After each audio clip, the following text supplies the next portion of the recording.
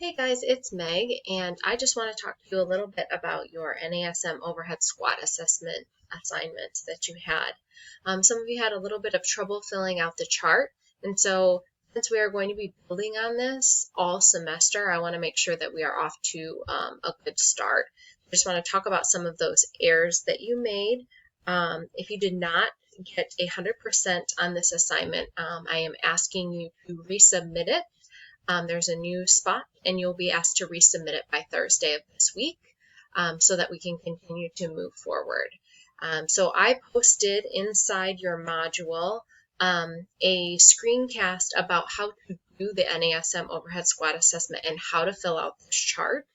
I had already posted that, so if you didn't watch that, please go back and watch that because that's going to be key for making sure that you understand this assignment as well. Okay. So you're fit for stretching. You had this document that I asked you to download. It downloaded into Word. So your client overview, the information that should have been included in this paragraph, and you should have written it in paragraph form, should have been your client's age, their exercise level. So don't just tell me that they exercise 1 or 2 days a week. Tell me what they do.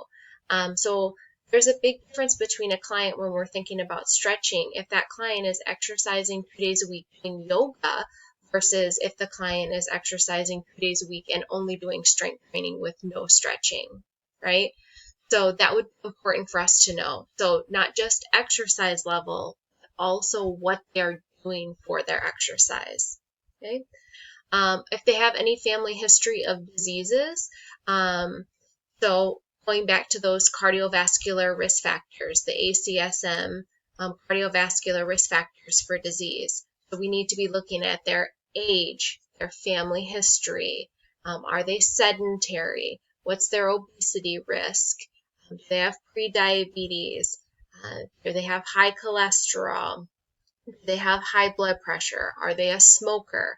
So all of those things should be included in this paragraph. Any current diseases that your client may be suffering from. So for example, if your client does have, for example, someone's client had fibromyalgia, we would want to note that, right? If someone's client had maybe diabetes, we would want to note that. If they had plantar fasciitis, we would want to note that, okay? Any previous injuries the individual may have suffered from. Maybe the client has had broke their right leg when they were younger and is having some, or maybe broke their right leg recently and is having some issues with balance, okay? Those are important things for us to know when we would be creating a flexibility program for that client.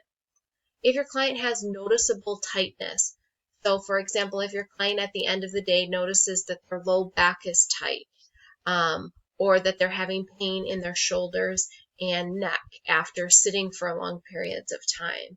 Okay, so anything that would be a noticeable tightness, your client should be noted. Their job duties, are they a factory worker and picking up boxes constantly or moving around a lot? Or are they sedentary and sit at a desk all day? Do they care for small children? If they've have small children, what their work attire is. So a woman or a man who's going to wear shoes or shoes with a little bit of a heel on it. We know that walking on your toes or being in that angle will create tight calves. Okay, we talked about that. I talked about that a little bit last week in the screencast. So all of these things are extremely important about your client. Okay, I don't need to know how many calories your client's eating a day or what you would prescribe for them. This is just giving me the information about your client that would be important to know before the NASM overhead squat assessment. Okay, so again, that should be written in paragraph form. It should be at least one paragraph in length, and it should include all of that information. Okay. So then I go and I do my NASM overhead squat assessment on my client. And for my client, I just picked, my client had their feet turned outward was the compensation I saw, and their arms fell forward. Okay. So I'm going to go to my chart, my NASM compensation chart, and I'm going to find feet turnout. So the probable overactive muscles are the soleus, the lateral gastrocnemius, and the bicep femoris. And I'm going to go back to my chart and fill those in. Soleus, lateral gastrocnemius, and biceps femoris. Okay, so the checkpoint in compensation, that's going to be what you see in compensation. Okay, so feet turn outward, knees move inward. So the only things that you can write in those boxes for checkpoint compensation would be feet turning outward, knees moving inward, lumbo-pelvic hip complex, they have excessive forward lean, their low back is arching.